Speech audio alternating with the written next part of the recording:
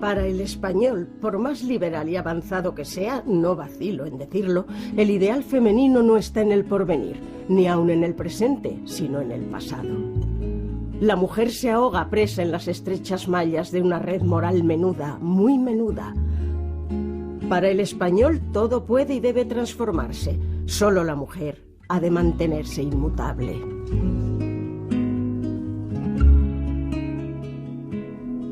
Afortunadamente, estas frases carecen de sentido en la sociedad actual española, no en otros lugares del mundo, pero cuando doña Emilia las pronunció a finales del siglo XIX, constituyeron piedra de escándalo. Independientemente de su categoría literaria, doña Emilia pasó a la historia por haber manifestado públicamente su desacuerdo con el trato dado a las mujeres. Era una feminista que intentó derribar barreras a través de sus novelas y también con su comportamiento personal, llegando a adoptar posturas incluso mucho más arriesgadas que sus propias protagonistas. Emilia Pardo Bazán fue una mujer que defendió su libertad, su derecho a desarrollarse como persona en una sociedad injusta.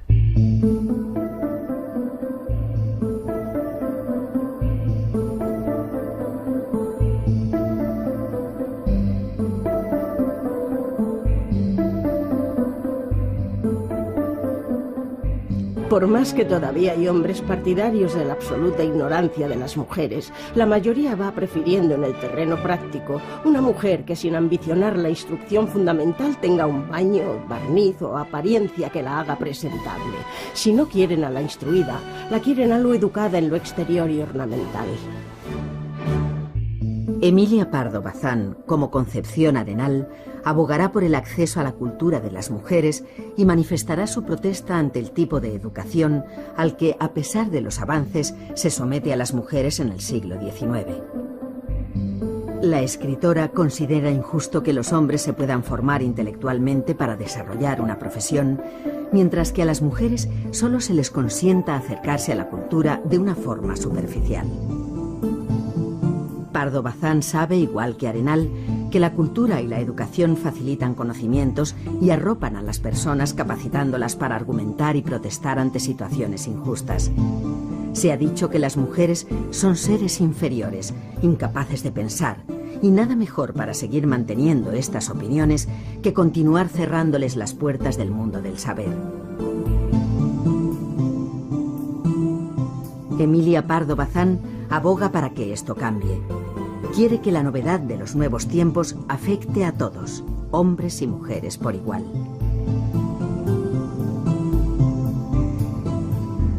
Los reducidos grupos que protestan en aquellos momentos por la situación discriminatoria con el sexo femenino son en su mayoría mujeres. Mujeres que han podido adquirir conocimientos intelectuales. Este es el caso de Emilia Pardo Bazán.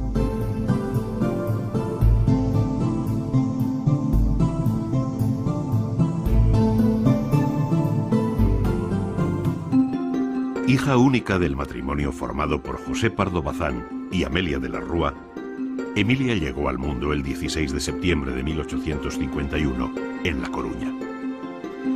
Sus padres quisieron que recibiera una esmerada educación, y muy pronto se le permitió el acceso a la importante biblioteca familiar. Allí Emilia se aficionó a la lectura, entrando en contacto con el mundo literario. Un amplio y atractivo horizonte se abría ante sus ojos. Mujer de fuerte carácter y muy independiente, Emilia contará siempre con la comprensión paterna. Las relaciones con su padre son excelentes y él, que es un hombre liberal, sin duda influirá en la formación de su hija. Pasados los años, Emilia recordará una frase que su padre le solía repetir. Mira, hija, los hombres son muy egoístas. Y si te dicen alguna vez que hay cosas que pueden hacer los hombres y las mujeres no, di que es mentira, porque no puede haber dos morales para dos sexos.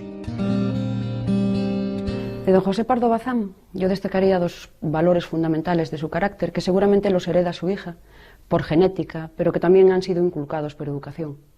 Por un lado son los fortísimos principios éticos y la sólida formación autónoma. El padre de Emilia Pardo Bazán decide por sí mismo, incluso en el Congreso, defender el papel de la Iglesia Católica sin contar con la opinión de sus correligionarios, sin el partido político en el que él estaba colaborando, que era el de Olózaga. Entonces, eso le vale una crítica enorme a su labor como político, y le vale incluso que deje la política. Al mismo tiempo también le vale el título de conde, por cierto. Pero es él el que ha decidido hacer eso. Y esto se lo enseña también a su hija. Emilia Pardo Bazán se define por sí misma en cada situación que se le plantea. No creo que en el feminismo de Emilia Pardo Bazán influyera decisivamente su padre. Nada más que en el sentido de que no era un padre al uso. Es decir, ella cuenta en una ocasión que una amiguita suya, una adolescente, le preguntó a su padre: «Papá, ¿Rusia está al norte?». Y el padre le contestó: «Una mujer de bien no necesita saber eso». Bueno, el padre de doña Emilia no era así, era un hombre de un talante liberal. Yo creo que en el feminismo de ella influyó fundamentalmente el krausismo. Es probable que desde muy niña Emilia soñara con convertirse en una importante escritora. Cuentan que a los 9 años escribía versos y que a los 16 publicó poesías en el Almanaque de Galicia. Pero es una señorita que se mueve en ambientes sociales acomodados, una señorita de capital de provincias, y su comportamiento tiene que responder a lo que todos esperan de ella. Sus padres le proponen el noviazgo con un muchacho de buena familia que Emilia acepta.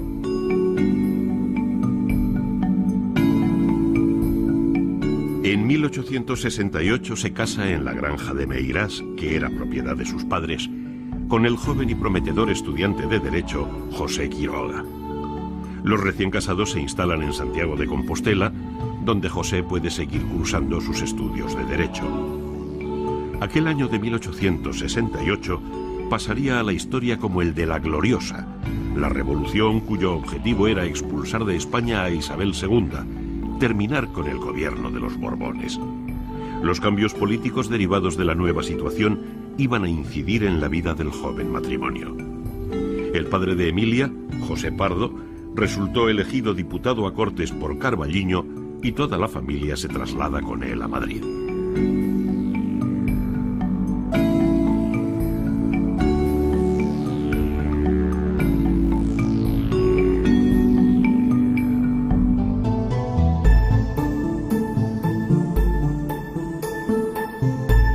Es posible que debido a su carácter y a una serie de circunstancias que rodearon su vida, que sin duda le permitían una mayor libertad que a la mayoría de mujeres, Emilia Pardo Bazán hubiese alcanzado de igual forma sus objetivos de haberse quedado en La Coruña, aunque la vida en Madrid le abriría infinidad de posibilidades. Ella es distinta. No se conforma con participar en reuniones sociales ni con sumergirse en el ambiente frívolo y festivo de la gran ciudad. Asiste a las reuniones del Parlamento. Quiere escuchar las opiniones en directo de los políticos del momento y, sobre todo, introducirse en el ambiente que a ella realmente le interesa. Las tertulias y círculos literarios le permitirán conocer a personas que admira.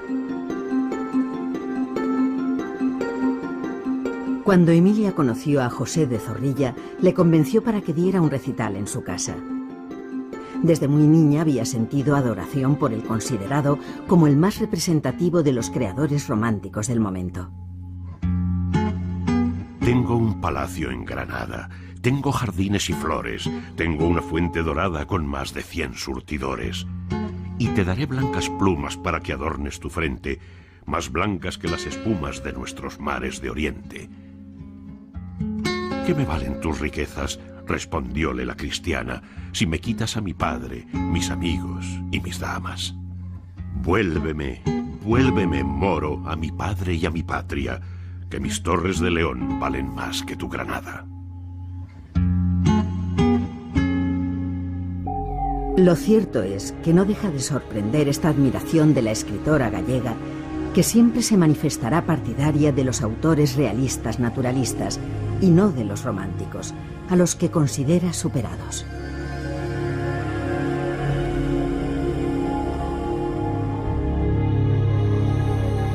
Doña Emilia tiene una mezcla de romanticismo y realismo. Más realista, ese es el aspecto que conocemos más, pero tiene una inclinación romántica que se nota en su admiración por escritores como Zorrilla, que por cierto no sé si fue correspondida. Y y que se ve en algunas de sus obras. Es curioso que su último relato, El árbol rosa, se ve bien lo que es la nostalgia del romanticismo. Es un relato que podría parecer hasta didáctico, porque se trata de la frustrada seducción de una jovencita burguesa por un chico que la cita en el Retiro de Madrid debajo de un árbol rosa florecido, y que ella se enamora. Y un día él le propone ir a sitio más íntimo. Entonces ella le dice que lo quiere muchísimo, pero que no le pida eso. Y él coge una florecita rosa y se la guarda y desaparece. Le dice que la va a volver a llamar y no le escribe diciendo que se tiene que marchar. Ella indaga en esa ciudad de provincias de donde le han dicho que él es y no existe esa persona. Es decir, pretendía seducirla. Y uno piensa, bueno, pues es una historia de seducción, una burguesa que sus principios morales la han salvado. Pero esta chica se casa poco después con un indiano y la última escena es esta joven madre con un niñito de 3 años paseando por el Retiro y mirando el árbol rosa que está palpitante de vida, de pasión, de belleza. Y es pues eso, el realismo de la moral que se ha impuesto, pero la nostalgia de esa pasión romántica que no pudo ser. Existe un pequeño texto de doña Emilia donde ella deja libre también su romanticismo. Está dedicado a la fachada de la iglesia de Santiago de La Coruña, que la escritora contempla todos los días desde su mesa de despacho. Orientado al naciente, la virazón marítima calla y no se oye más que el goteo argentino de la lluvia en los cristales, pero se ve tan cerca que se me viene encima, que me parece estarla tocando, la fachada gótica de la iglesia de Santiago, gris y pálida, con su cornisa cuarteada por el peso de los años, su pórtico de arco apuntado señalando ya la ojiva, y sus 2 santos de piedra que sostienen el arco y se miran inmóviles, siempre desde la misma distancia, a guisa de almas enamoradas que no pueden jamás reunirse. Sin duda, doña Emilia Pardo Bazán es sensible al romanticismo, pero demostrará en muchas de sus creaciones hasta qué punto está influida y es partidaria del naturalismo, nueva corriente literaria creada en Francia en torno al escritor Émile Zola.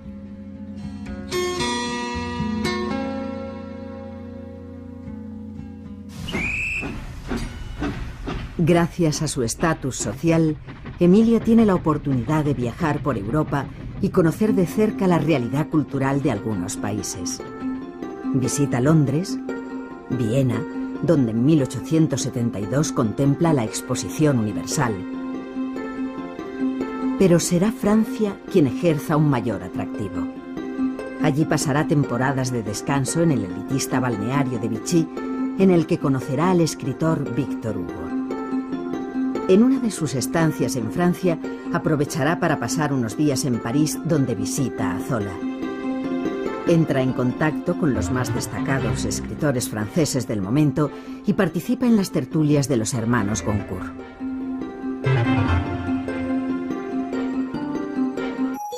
En el año de 1882, doña Emilia publicó en el periódico La Época una serie de artículos que no pasaron desapercibidos, pero que tampoco se convirtieron en piedra de escándalo. Sin embargo, la recopilación de todos ellos en un libro, La cuestión palpitante, con prólogo de Leopoldo Alas Clarín, sí transformaría a la autora en persona no grata para determinados sectores de la sociedad de entonces.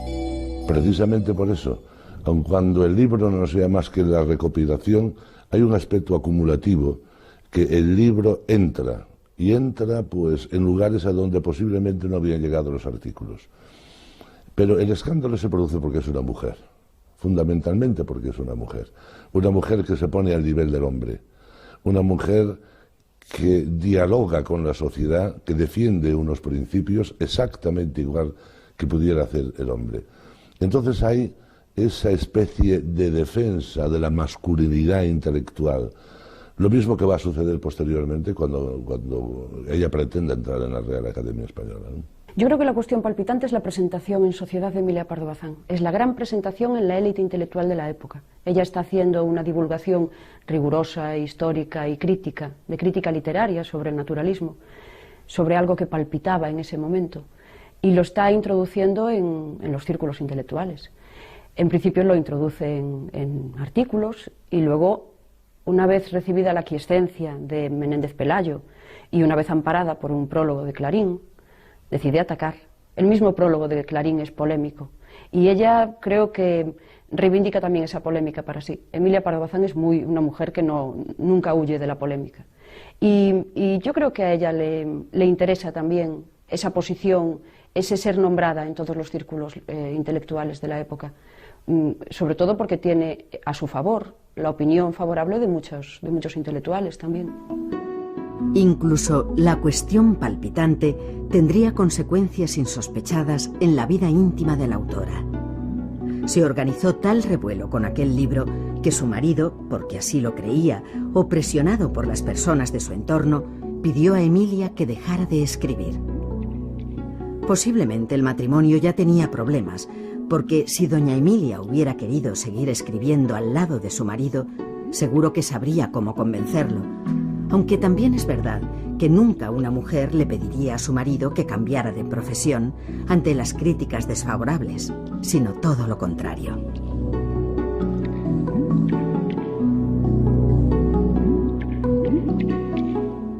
La conveniencia o no de que Emilia Pardo Bazán siguiera escribiendo, dicen fue el desencadenante que llevó a la ruptura del matrimonio Quiroga-Pardo Bazán.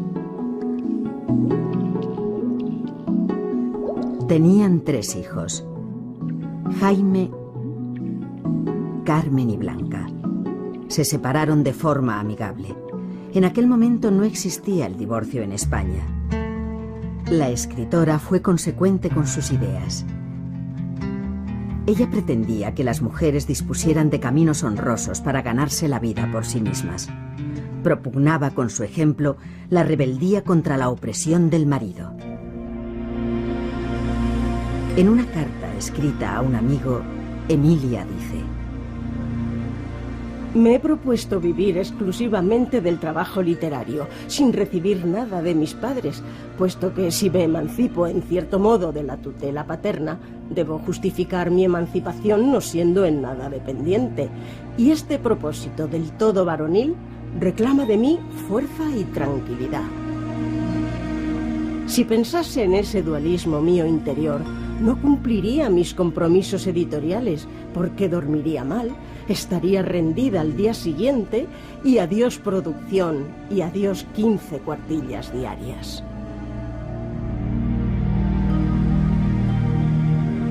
Probablemente ella fue mucho más valiente en su vida que sus protagonistas de ficción.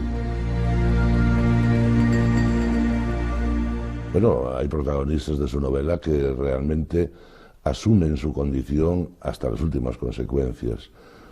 Hay personajes de toda su obra que realmente rompen con lo que podríamos decir la cultura dominante y sobre todo el código de valor o los códigos de valores que estaban vigentes. Pero es que doña Emilia era una mujer que no reparaba tampoco en subterfugios, y si era necesario presentarse pues con toda la agresividad que fuera necesaria, evidentemente lo hizo.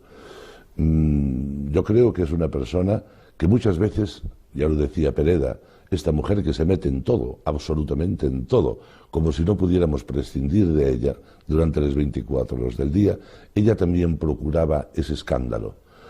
Por motivos publicitarios, muchas veces en favor de ella, muchas veces en favor de la condición de la mujer. Doña Emilia fue muy valiente, porque tropezó con unas dificultades sociales muy grandes, pese a su clase social y pese a las muchas ayudas también con que contó. Sus protagonistas, algunas son muy valientes. Amparo, de La Tribuna, es una mujer valiente. También lo es Feneiras, que se empeña en trabajar contra viento y marea y da clase, que es lo único que puede hacer dada su escasa instrucción, da clase a niños pequeños.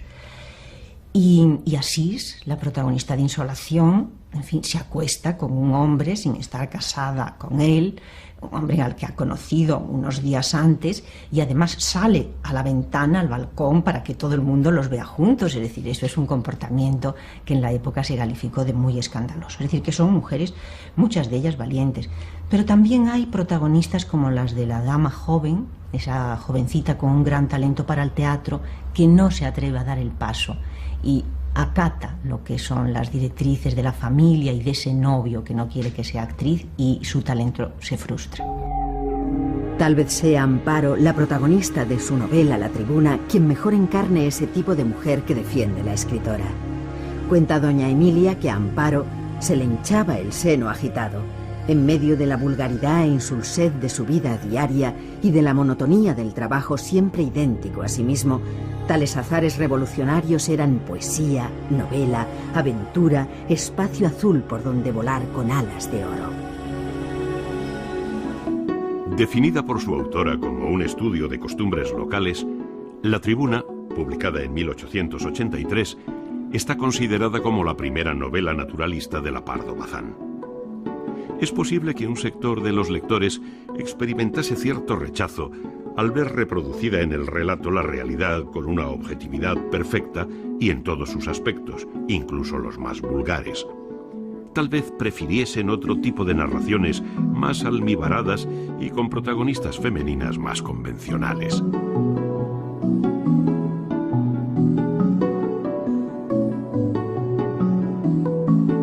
Amparo es una muchacha humilde que se convierte en una de las cigarreras de Marineda. A través de este personaje de La Tribuna, doña Emilia introduce al lector en una dura actividad laboral de una fábrica de tabaco. En la narración no falta la conquista del señorito que promete matrimonio a la cigarrera, ni la ingenuidad de ésta al creer que la educación y la cultura harán en la práctica a todos iguales.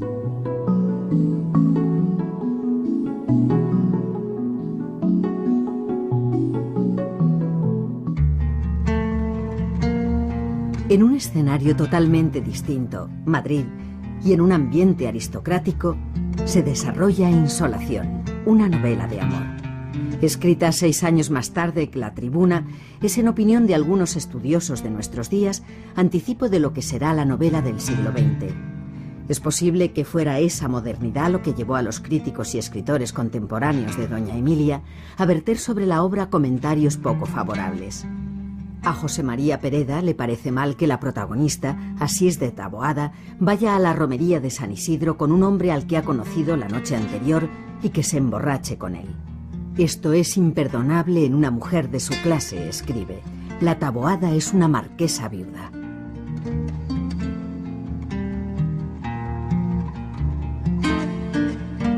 Leopoldo Alas Clarín opina que probablemente Insolación sea la peor obra escrita por doña Emilia, y la califica de antipático poema de una jamona atrasada de caricias. Clarín arremete sin ningún miramiento contra esta novela de la escritora gallega. Clarín era un extraordinario crítico, pero Clarín era un poco venado y se dejaba llevar muchas veces por impresiones que a él le llegaban. Es muy posible que doña Emilia, que es como una proa de un barco, que va rompiendo necesariamente el mar y va dividiéndolo, le llegaran denuncias a Clarín, algunas de ellas de Galicia, pienso en Murguía, por ejemplo, denuncias de cómo ella utilizaba el prestigio de Clarín para un poco en su favor, y esto le podría predisponer. Que una mujer que sea capaz de defender el naturalismo y que al mismo tiempo milite en el carlismo era algo que le rompió los esquemas a Clarín. La relación de Clarín y de la Pardo Bazán sigue teniendo un punto misterioso a pesar de las investigaciones que se han hecho. Y yo tengo mi propia teoría. Empezaron siendo amigos, él parecía admirarla y de pronto empieza a odiarla. Hace unas críticas feroces y siempre que puede habla mal de ella e incluso de su literatura. Yo tengo la teoría de que el odio proviene de que ella no hizo crítica a la regenta, y eso Clarín no lo pudo perdonar, porque en el fondo Clarín es de una enorme vanidad Y esto de que doña Emilia no le alabara su gran novela, creo que no se lo pudo perdonar nunca. La temática desarrollada en Insolación sin duda tenía que despertar reacciones adversas en una sociedad que defendía la doble moral. Todo ello unido al convencimiento de muchos que consideraban el contenido de la novela autobiográfico, la convirtió en tema de conversación de todos los corrillos literarios. En estos ambientes se daba por segura la relación que doña Emilia había mantenido con Lázaro Galdiano durante una estancia en Barcelona, donde ella había acudido a visitar la Exposición Universal de 1888. Algo debió suceder, según se ha podido comprobar años después, al conocer las cartas de doña Emilia a Benito Pérez Galdós, con quien sí mantuvo una relación de casi 20 años de una forma discreta. En una de estas cartas, la escritora reconoce su falta y le pide perdón. Mi infidelidad material no data de Oporto, sino de Barcelona en los últimos días del mes de marzo, 3 después de tu marcha. No me resolví a perder tu cariño, confesando un error momentáneo de los sentidos, fruto de las circunstancias imprevistas.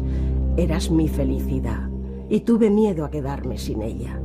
Creía yo que aquello sería para los dos culpables igualmente transitorio y accidental. Me equivoqué. Me encontré seguida, apasionadamente querida y contagiada. El reconocer la infidelidad. Hay hombres que es posible que lo hagan. De otra forma, por otra parte, hay que pensar que Galdós no era su marido. Galdós, al fin y al cabo, fue un amante, parece ser, con el que mantenía además una relación de amigo permanente, era su consejero también, pero no cabe duda que esto significa asumir unas responsabilidades, asumir un riesgo, porque al fin y al cabo el equilibrio emocional era fundamental también para doña Emilia. Doña Emilia reconoció su infidelidad cuando Galdós se la echó en cara. Mientras no se le echó en cara, se cayó.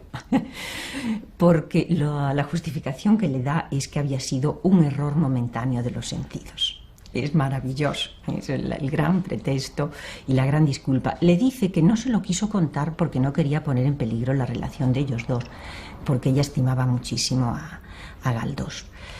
Es decir, fue sincera a posteriori, no a priori. Y la justificación también es que ella se sintió muy querida por José Lázaro Galdiano. Es decir, pensó que iba a ser una aventura para los dos, pero le dice que se sintió querida y perseguida y contagiada. Esa es su disculpa. Emilia Pardo Bazán tiene entonces 37 años. Su producción literaria es importante.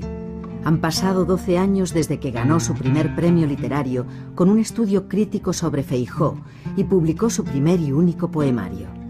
Fue el año de 1876, el mismo en que nació su primer hijo, Jaime. En este tiempo ha escrito varias novelas, entre las que destacan por su popularidad Los Pazos de Ulloa y La Madre Naturaleza. Pero no se ha dedicado exclusivamente a esta modalidad literaria. También ha escrito ensayo, cuentos, libros sobre gastronomía y publicado en prensa y revistas nacionales y extranjeras. Precisamente de una de esas colaboraciones en la prensa extranjera hablará a Galdós. Hice un trabajo para la Fortnightly Radio sobre la mujer española. Yo estoy contenta de él, pero es un poquito fuerte. Armaría un alboroto si se publicase en España. Emilia Pardo Bazán era consciente de la sociedad en que vivía, pero ella es valiente. Nadie duda hoy de la fuerte personalidad de esta mujer que posiblemente contó con apoyos para poder llegar a ser ella misma, apoyos de los que carecían otras mujeres. De hecho, el escrito al que alude fue publicado al año siguiente, en 1890, en La España Moderna, la revista que dirigía Lázaro Galdiano. Emilia Pardo Bazán va a utilizar y va a aprovecharse de su situación social y también de su prestigio en el mundo literario para seguir trabajando por la emancipación de las mujeres. Y así dirigirá una importante colección, Biblioteca de Mujeres, en las que se van a publicar por primera vez en España textos importantes del feminismo internacional. Lo que resulta verdaderamente sorprendente es la decisión de doña Emilia, no de escribir la segunda parte de su novela La Tribuna, sino el futuro que elige para Amparo, la protagonista. Es probable que Emilia haya escrito Memorias de un solterón en una de sus temporadas de descanso en el Palacio de Santa Cruz, situado en una zona verdaderamente privilegiada, cercana a La Coruña. En esta novela, segunda parte de La Tribuna, el protagonista, el hijo de Amparo y del señorito que la engañó, consigue que éste se case con su madre. Resulta curioso que doña Emilia premie a su protagonista con el matrimonio con un hombre que no la quiere y que además es ya un carcamal. Hoy se diría que más que premio era un castigo, aunque es posible que los conceptos hayan cambiado, y también debe tenerse en cuenta la conveniencia de que el muchacho pudiera tener un padre reconocido, a pesar de ser ya un hombre hecho y derecho que trabaja como tipógrafo socialista. Aunque también es verdad que en esta novela manifiesta abiertamente su defensa de la emancipación femenina.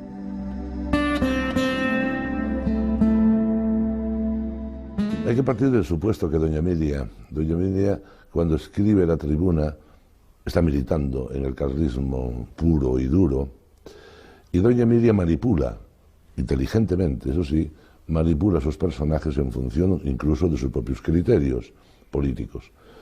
Hay que tener en cuenta que doña Emilia es opuesta al federalismo, al anarquismo, al socialismo, incluso al progresismo.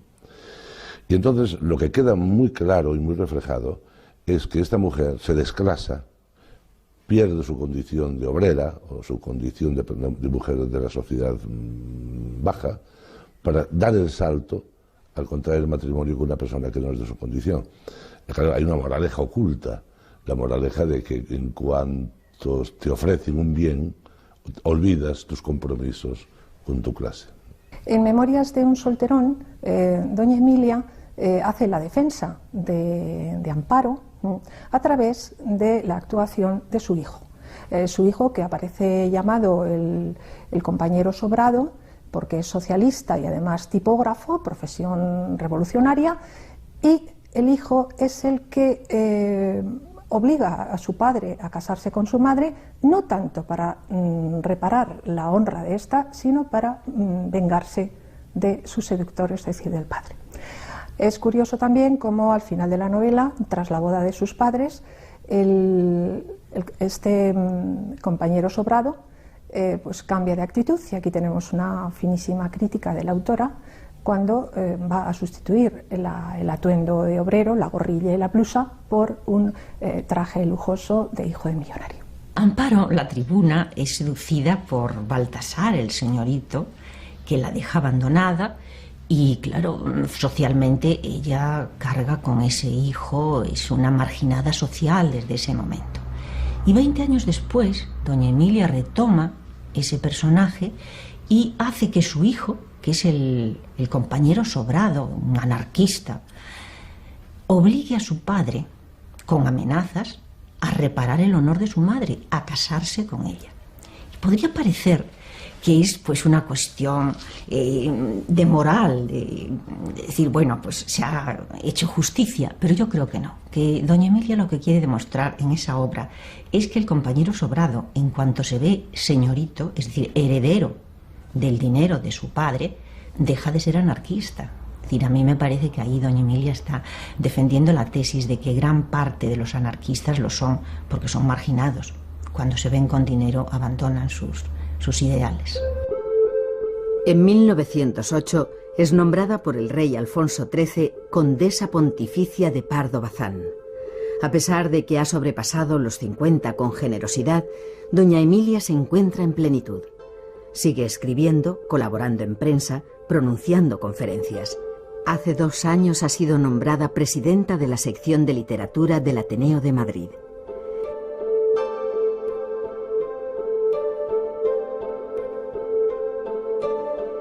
Ella será la primera mujer en ocupar este cargo. Méritos no le faltan. Sin embargo, aún no había conseguido uno de sus anhelos mayores, el ingreso en la Real Academia de la Lengua.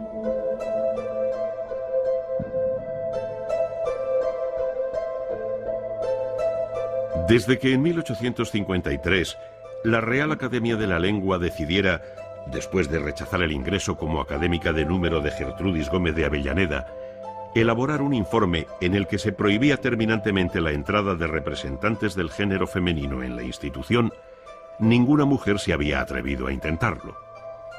Será en 1912 cuando doña Emilia Pardo Bazán, al enterarse de que se habían producido 2 vacantes y antes de que fuesen publicadas en la Gaceta, envíe una carta al presidente en la que solicitaba ser admitida en la Real Academia.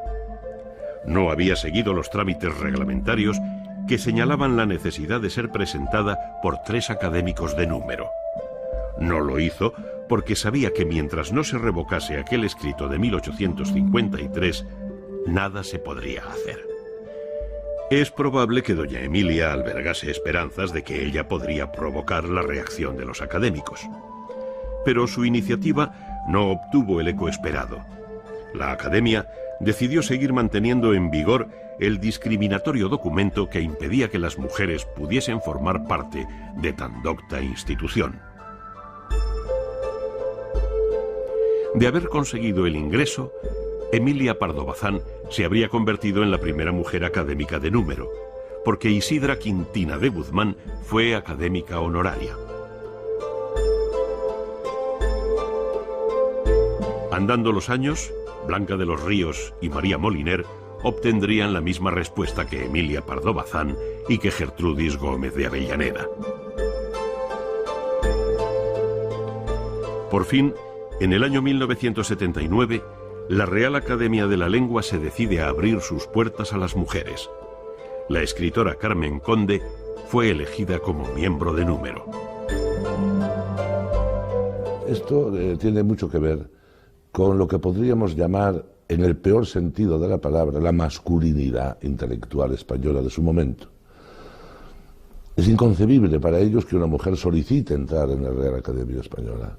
Es un escándalo para ellos que la mujer pueda acceder a una cátedra universitaria, incluso que pueda estudiar en la universidad.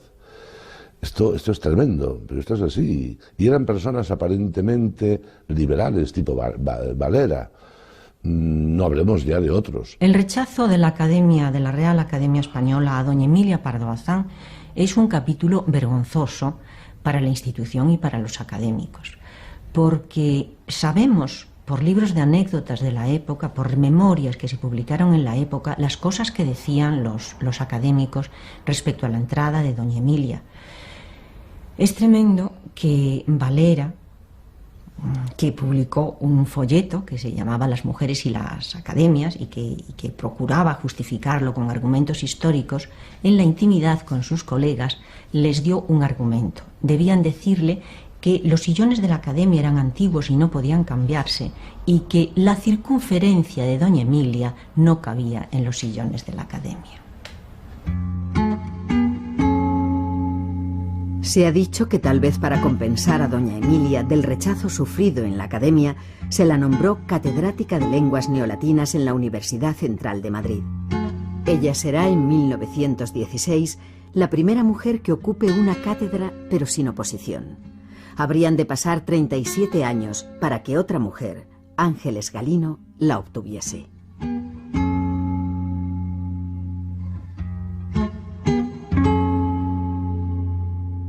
Dotada de una gran fuerza tanto física como mental, la escritora gallega demostró que ella podía no ser igual, sino superar a muchos de sus contemporáneos. Algunos críticos la consideran como el ejemplo de la mujer humanista, comparándola con Menéndez Pelayo, con la diferencia, puntualizan, de que éste no escribió novelas.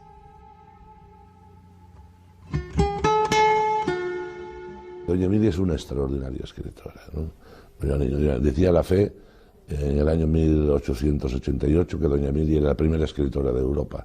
Posiblemente lo haya sido. Doña Emilia es de una cultura inmensa y sobre todo de una curiosidad intelectual en la que no se escapaba ninguna cuestión que no cayera bajo su objetivo de análisis.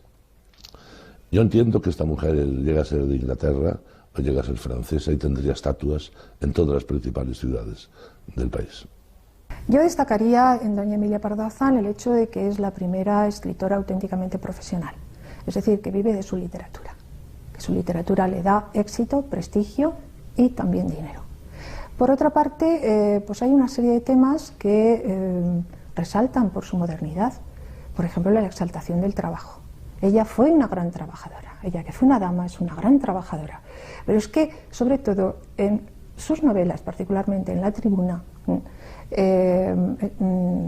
va a presentar como protagonismo obrero por primera vez en la literatura española.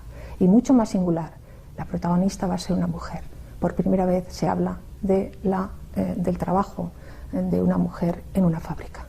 Por otro lado, pues doña Emilia va a tratar de un tema tan actual para nosotros como el de los malos tratos, los malos tratos en el marco doméstico, malos tratos a la mujer provocados por el hombre y también por el padre. Y esto lo encontramos en numerosos cuentos.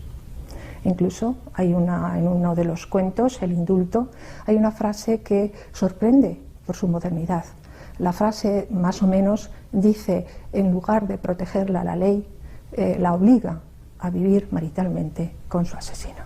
A doña Emilia hay algo que nadie le pudo negar, ni incluso sus enemigos más acérrimos, y es que escribía muy bien. Es decir, tenía un dominio absoluto del lenguaje que no suena nunca libresco. Es decir, es un estilo de párrafo amplio y cuando quiere ser coloquial lo sabe ser tan bien como nadie. Por otra parte, construye muy bien las novelas. Las estructuras de las novelas de doña Emilia están muy bien hechas y responden perfectamente a lo que quiere contar. Y por otra parte, no es en absoluto provinciana, como eran otros escritores que incluso consideramos grandes, como Pereda. Doña Emilia asimilaba lo nuevo, asimiló el naturalismo francés en cuanto lo conoció, asimiló la novela rusa, que Valera estuvo en Rusia y no se enteró de lo que estaba pasando allí, y ella sí empezó a escribir de otra forma, y finalmente, cuando ya es una escritora consagrada, incorpora a sus novelas el simbolismo y el modernismo. Es decir, esa apertura mental, esa capacidad para asimilar lo nuevo, me parece muy destacable en el panorama del XIX español. En sus más de 1500 artículos de prensa, Emilia Pardo Bazán se hace eco de lo que sucede en sus días.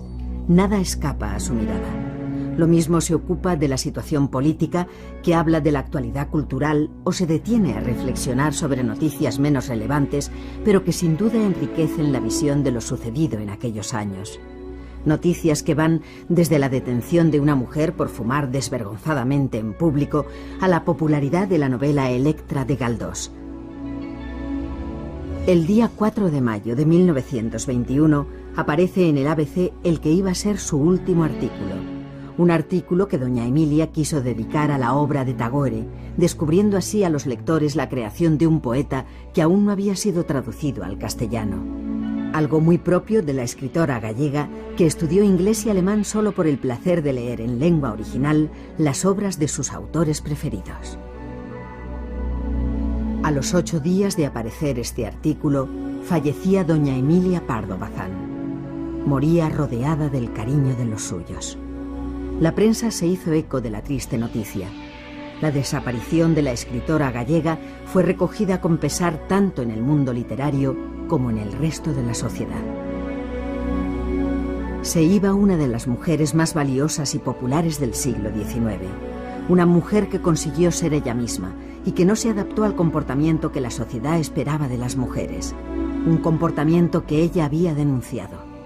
Para el español, todo puede y debe transformarse. Solo la mujer ha de mantenerse inmutable.